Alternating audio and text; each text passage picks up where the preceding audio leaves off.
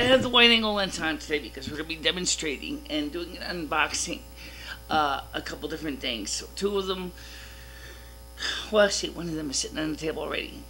This is the thing we're unboxing.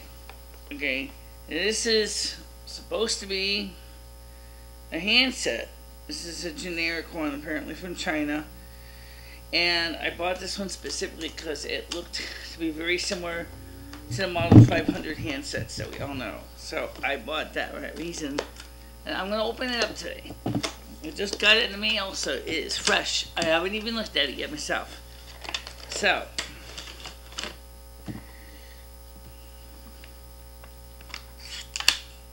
okay, that's it. That's all you do to unbox it. Now, this has a couple extra things on it I did not notice. And a couple things, I think somebody, whoever designed this, has a sense of humor. Because they got the microphone piece where the earpiece is. I got a standard 500 handset here as well. So we're going to compare size-wise. Okay? They look to be the same size. This one happens to have a hearing impairment as well as amplifier. This one does as well. Okay? So this can amplify and has a status light showing if the phone is on and off hook. So this is what I say about the earpiece is that they're backwards. This, a standard Model 500G handset usually has the inset for your ear. They're using the microphone type grill on it. Now, it is basically made out of a one piece or pretty close to it. So you're not going to be able to change it. You'll also notice that while this handset here has a modular cord, this is for a home phone, it also fits in the same box. That's important for the next part of our demonstration, which, unfortunately, Mr. Cat, you got it. You're sitting on my equipment here. You can lay over there, though. Okay? This is my iPhone 3GS. Okay, it's designed to plug into that. And for your older iPhones, you'll notice that it's got a skinny, slim little cord. It has a tapered edge here so that it would fit into older iPhones. Okay? Fits in this one. Now, I never use this handset. I don't even know if it works. And I do hear the sounds of their speakers. So now we're going to try calling somebody. Who should we call? It should be somebody I know, and I know. I'll call the house. There's a couple different tests I want to test at the same time. The first thing is I want to see how it goes calling out and how it calls calling in. Because this is important for the next part of the experiment, which I'm going to show you. So, now, the nice thing is when the phone rings, I'll answer it. Okay. That sounds pretty good. Now let's see. Oh yeah, that's loud. Now, given that we know that works, now here's the next question. My cat likes to upstage me. He always does. Okay, actually you can,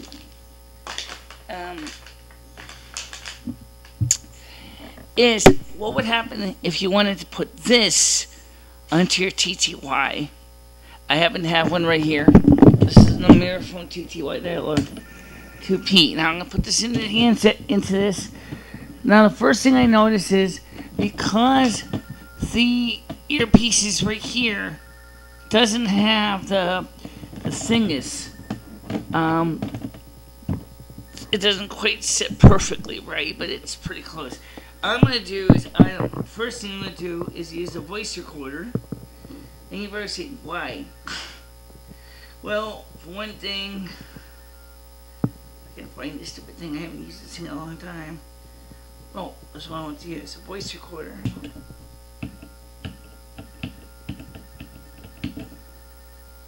Okay, I'm getting a kind of a sort of TTY is. Okay, so the microphone, which is a speaker, it's not really pegging my meter, but alright, so let's try recording something. So what we do is I'm going to use the voice recorder because then we can play it back to the phone also and see if the TDD works right. You might hear some noises. I'm moving the microphone around. I'm only moving the microphone around so I can type. Okay, not recording, so I'm going to type in.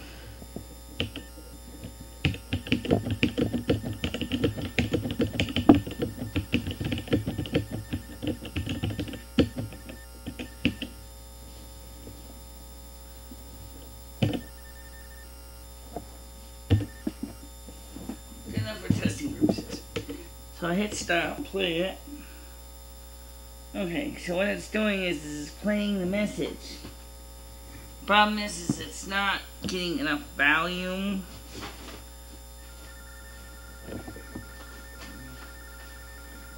Alright, so yes, it is working. The volume on the iPhone is a little low. You have to make sure the volume on your iPhone is loud enough so that you can hear the tones. Okay? So, I'm going to play it again. I'm going to rewind it, play it. That's the TDD tone.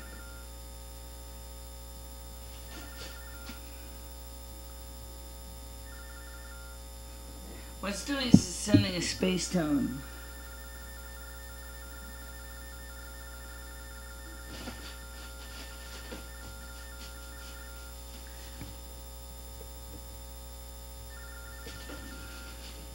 Okay, so we can demonstrate with some fact that this device is listening to the tones. Okay, that's great news. That's important. You gotta make sure it can hear you. Kind of like the guy from Bryson says, "Can you hear me now? Can you hear me now?" I can only hear you if you set the volume on the phone loud enough that I can hear you. Okay? Next thing I want to demonstrate to you is a solution to those people who just don't want to have a TTY like this on their desk for whatever reason. A company called Utratec came up with, and it still is, a very innovative device. And I don't know if it's still being made or not. One thing about the adaptive equipment industry is it tends to they tend to make things long into the twilight years. So I want to show you a device that's really cool. I got about two of these. And this is one of them I didn't hook up yet. I got that already hooked up to my Mac. I will demonstrate that for you. But the problem is to demonstrate it for you is I have to go in the other room and I'm going to use the iPhone as a camera. Okay, but so let me show you the device here first. As you can see hands-on what it is. It hooks up to your computer by standard serial port, DE9, power, volume, on-off switch, line connections, phone connections. Very simple, basically, any external modem is. And it's the front panel where things get really interesting here on the IT2.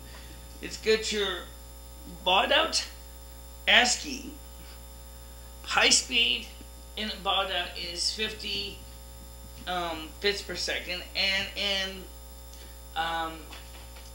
in modem, it's 300 bits per second for ASCII. Trust me, you wouldn't want to use this to call American Online, although you could use it certainly to call some bulletin boards if they'll allow you to connect to 300 bits per second. But I worked on 300 bits a long time, so I know I'm talking about here. This is related to the modem situation, such as the carrier detect, receive data, transmit data, phone as off hook, and signaling, which means if it rings. When this thing rings, it has a ringer that buzzes. I already tested the other one. This is the same as this one. So, and it really hooks really well easily to Mac. It works with the key span serial port, the 4-port serial key span USB adapter. You need that or a Mac or PC compatible RS-232 to USB adapter if your computer doesn't have a standard COM port in it. My Mac doesn't, so I needed to use the keyspan device. And I know the keyspan device works because I happen to use the same gizmo for accessing my Zoom 56K dual mode external modem as well, so I know it works. Okay, now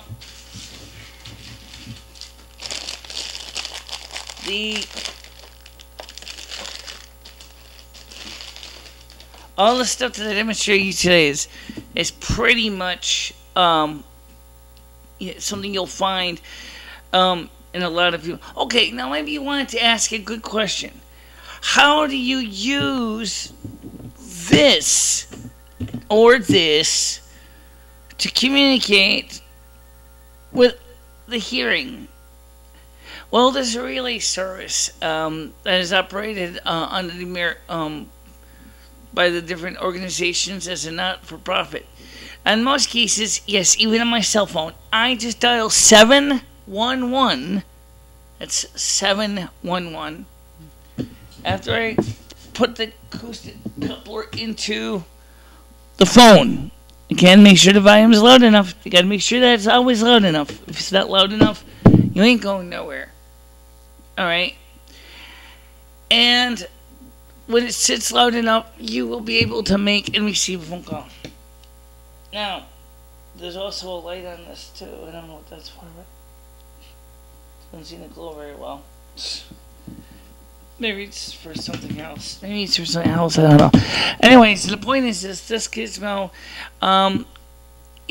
makes it possible for me to take this older analog TTY and bring it where I can use it. Like if I want to go to a restaurant or something like that, and I don't want to have to worry about being tied to the house, and I have my cell phone with me, which I don't always do, but I do have it anyway.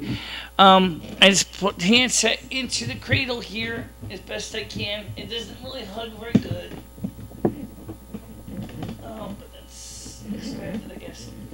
And then you can make phone calls on the road with it. The same kind of acoustic coupler can be used with 300 bits per second modems as well. So, I don't think anything faster than 300 bits per second analog modems is going to work too good on T-Mobile. It certainly sure hell won't work on AT&T. Only because AT&T, at those higher rates, is doing compression to maximize the phone calls on the system. So that means that a lot of data rate is getting dropped to make a phone call work. That's why since when I'm calling AT&T people, it sounds like I'm listening to mush. Okay? I'd love to demonstrate the TTY, but I don't have anyone to talk to right now. So, only thing I can tell you is I'm going to actually do a couple tests off the screen, and we will work on getting a live demonstration for you of how it all works. So what I'm going to do now is I'm going to go and show you the other end of this system. The modem side that plugs into the computer. Now we can actually do a demonstration right here by using the in-house lines. We don't have to use the cell phone lines. So what we'll do is, obviously I'm going to be using the iPhone as a camera. So we're going to have to play let's pretend here, if you will. Actually, we can show you this TTY connected to the terminal using the regular phone, which I will do. But right now, I think it's still batteries. It just died out, and I gotta get some new NiCats or lithium ion or nickel metal hydrates. But that's, as long as the charger works, then you're all set. So what we'll do is let me go ahead and connect you up to our next test of thing. Now we're going to show you the business end of how this works. Now I had to move some equipment in the other room to show it to you, but there we have over here our terminal program. You can use any terminal program you want. You can use Minicom, you can use Telex, you can use Z term. I'm using Minicom under OS X, or OS 10. That's what I'm using right now. This is, of course, the modem right here. This, the one on the top, the Zoom. This one was kind of battered up, beat up, but it does work. That's for regular use. This is the other TTD modem, the other modem right here. You'll see that the lights are on. I'm standing by one's power, and the other one is kind of hard to see in the dark here.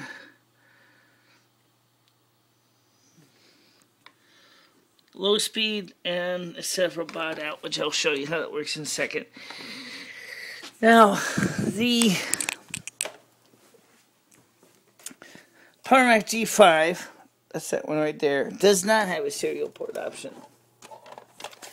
I mean, I suppose you could put a PCI card in with the driver. So, but for right now, I'm using this key span device. It's hard to see it. Okay, this is what I'm using here. It's got 4 serial ports, input, output, and it plugs into a USB cable into my Mac. Okay, so that's how we're getting this stuff to work with a Mac. You can even use that thing with a Commodore 64, no problem. As long as you got an RS-232 adapter on your Commodore 64. So, first, I was just checking a couple things on the card, so the error really isn't an error, it just is the way it works right here. I don't know if I can change the resolution. Alright, so what I'll do is, give me a second here to start by calling. I'm going to show you how to make an outgoing call. There's 2 ways to do this. You could use the interactive menu, which I'm not using. I'm using the regular modem menu. So what I do is I type in A T D T, right? Oops, you try typing with one hand. A T D T 10. That's my extension. I'm going to call it is the extension right here. I also want to check something else too. Okay, but right now let's call that extension. Okay.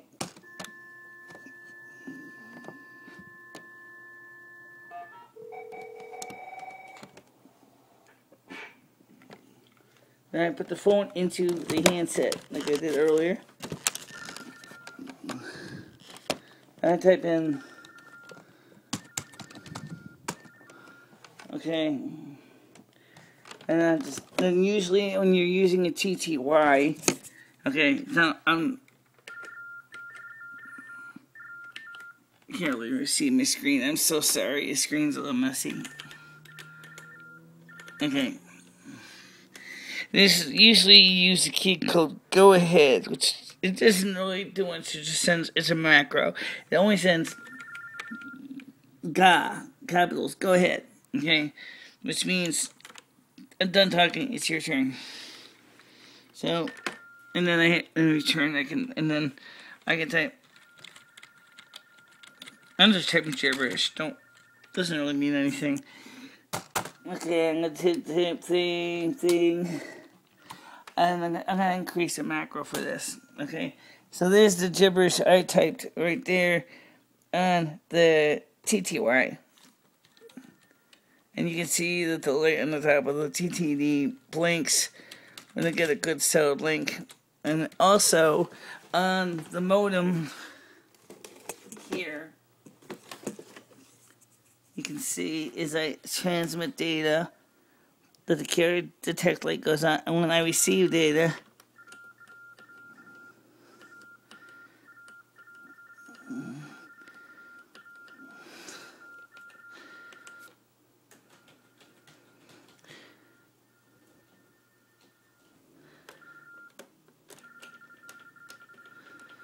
so it's pretty cool, and that's what it does. Now, obviously, I can talk a lot fast. I can type a lot faster than this thing's gonna send. And unfortunately, for a person who's reading this thing on a TDD like this one, if you don't got the ability to backspace, and you may or may not, I don't know. No, maybe you can.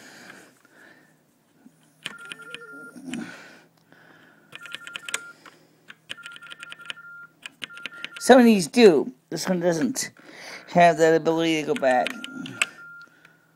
Okay, so it's a cool way of doing things.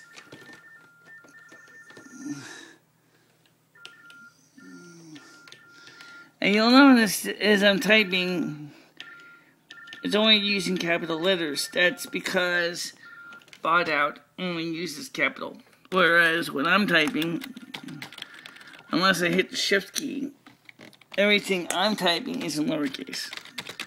So one way that makes it easy to tell if this guy's talking or I'm talking, because the modem itself translates between the two. So I don't, like I said, the only thing I gotta remember is make sure, I'm trying to show you this real close here. Unfortunately, my phone hasn't been cleaned in a while. This thing is set for 300 bits per second because it does not autobaud. Okay? 7 bits, even parity, 1 stop it. Okay? And I'm using Minicom 2.62 here. Okay, so that's the version I'm using right now. I'm using a PT102 emulation. This modem will work with a Commodore 64. If you decide that you have an old Commodore 64 or old tinny colored computer and you want to use it, and in the case of the color computer, you have the, say, program like MicheleMarieDalene or anything that can use the 4-pin serial port in the back, then you can all set to go. Or if you have a deluxe RS-232 cartridge, you can also use this as well. You have to just get yourself a, obviously the appropriate connector to reduce it to fit the modem, which is a DE9, because it needs a RS-232 male to DE9 male connector to connect that. And not only that, in the case of the Commodore 64, there is also available device made by a company called SwiftLink. Unfortunately, that's not going to work like a large majority of the programs available. Since this is such a low data rate anyway, I would just use MicheleMarieDalene or CB-term. You don't need anything really fancy. I mean, this thing isn't even going close to 1200 bits per second. I mean, if you're going faster than that, 1200 bits per second is pretty much the threshold of the Commodore 64's 6551A UART emulation. But this isn't going to tax your machine at all. The nice thing about this is if you want to, you can actually send whole files to your receiver. The problem is this thing has no buffer. I would have to turn the printer on, which I'm out of thermal paper. I didn't show you that. It's right here. I only got a little bit of thermal paper left in it, and it's a really old roll, and it's not really that good. I gotta get some more of this. But you can use this with a thermal printer and print your stuff up too. It's no problem that way. So anyway, that's it. That's the live demonstration. Oh yeah, if I hang up the phone, I'll also show you that. There we go. Call's done. Alright, so we just type in +++ 880. Okay. ATH. I'm using the haze commands. They do have other ways of doing it, but this is the way I would do it. So, and really cool technology. Now back to you, Michelle. The question that you might be asking yourself is this necessarily technology feasible for everybody? No, not really. I mean, I'll be honest. First of all, let's talk about the handset by itself. After all, that's what people buy this is because they're cool, right? So let's talk about this. I'm going to show you how this works by using the voice application to record a message and then I'll play it back. Okay? So, I'm going to go back into the... Oh, there is one test I didn't do. Okay. 1, 2, 3. I don't want to do... Okay. Now watch. I'm going to tell you what this do. I'm going to hit... Okay. Testing 1, 2, 3, 4, 5, 6, 7, 8, 9, 10. Okay, now what I did was I just only recorded a bunch of tones. So I'm going to go to the menu now.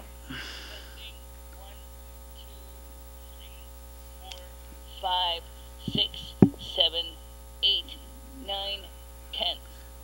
Okay, it works. So I hit done. Now, I'm going to do the next test is I'm going to try calling this because somebody said to me that when you have something plugged into most of these phones into the earphone jack, the phone handset will not be hearable. So I'm going to test that. I had to unplug this phone because my cat was stuck all over it. Let me plug it back in. I'm going to call my modem or my cell phone right now.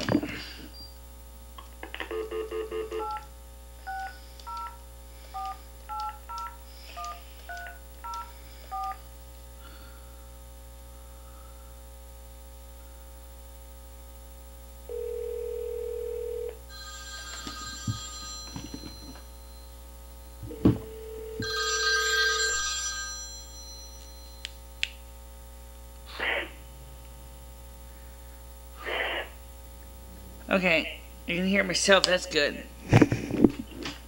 Yeah, but can you hear me? Yes, I can. So what's the red light for? I have no idea. Okay, now, you know what the end button does? That hangs up the phone. The red light, I don't know what that's for yet. I'll have to figure that out for you. The point is, this handset is really not bad.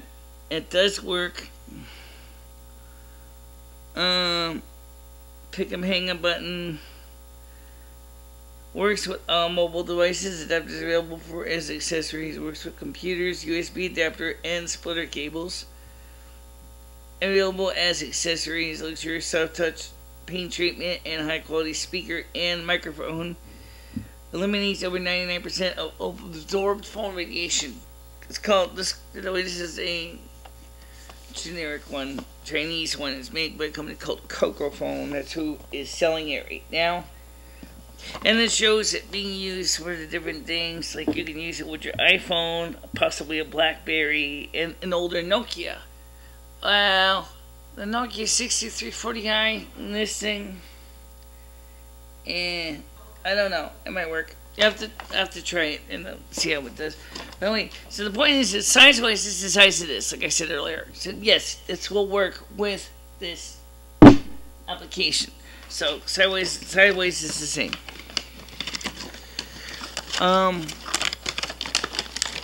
Really kind of cool. I'm gonna do some more kicking the tires around the shop here, and see what I can do with it. I'm going to be demonstrating. Unfortunately, using my iPhone in the studio.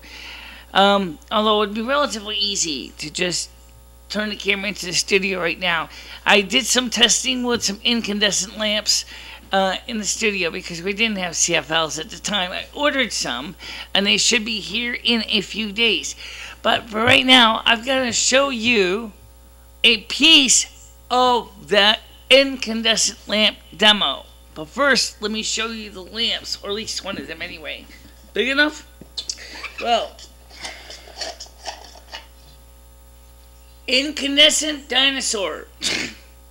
It didn't come with that. I just happened to be using them because I had some 100 watts around the house. And I'm going to tell you right now, these things are friggin' bright. Really cool. But not really the best or the worst in technology. So let me just talk about the lamp holder first. This can hold a 45 watt photographic CFL. That's the big one. So it's going to stick out to about here. Alright, where my hand is. You can see where that is. It's going to stick out to about there. Okay? So I ordered a couple. And this is a beam. Okay, how beamy is it? I don't have CFL to show you, so oh, I do. That one's got a CFL in it too. But that's also the key light, so I'm not gonna take that out right now to show you that. But this is you got 100 watt incandescent in it. This thing is a friggin' heat thrower. I mean, 100 watt CF incandescent throws a lot of heat. A lot of heat. I mean, that's why they got these. They warn you that these reflectors get really, really hot. They do. And because it is 2700 degrees Kelvin, the light is very yellow. However, as you will see in the demonstration coming up, it doesn't look too bad.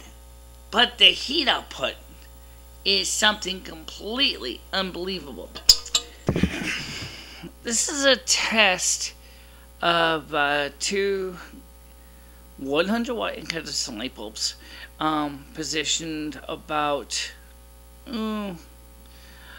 distance from me, almost equal distance, in two 10.5 inch reflectors. Fill light is being provided by the ceiling fixture, and I thought to myself, this thing is friggin' hot. Anyway, this is a test to see how it looks. The new CFLs that will be going in these bulbs will be coming probably in about a week. So I just want to see how the CFL, or how the incandescent 100 watt light bulbs look. There's two of them, one in each reflector. So, by the way, I got this at Lowe's, and someone says Walmart sells these too. I don't know, I don't go to Walmart that much. It's got a porcelain lamp socket. This can handle up to 660 watts. It says right on the socket. The reflector setup is recommended for no more than 250. It's got an 18-2 cord, which means that technically, if you know your electrical, 18.2 means that you can carry about 10 amperes on this plug. Okay, it's got a molded on plug.